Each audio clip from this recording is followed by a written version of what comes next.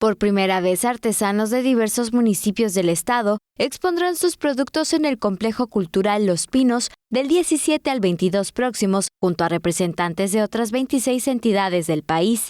La secretaria de la Cultura y las Artes, Loreto Villanueva Trujillo, se reunió con la comitiva y deseó grandes éxitos, porque con la promoción de sus trabajos darán identidad al territorio.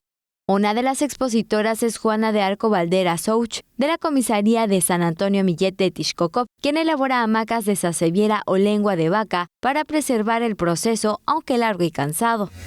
Me gusta hacerlas pues porque con eso me distraigo y en parte pues también me ayuda en mi economía.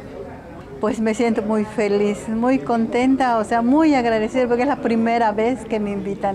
Los expositores yucatecos también exhibirán joyería de filigrana, vestidos y piles y ternos bordados, entre otros.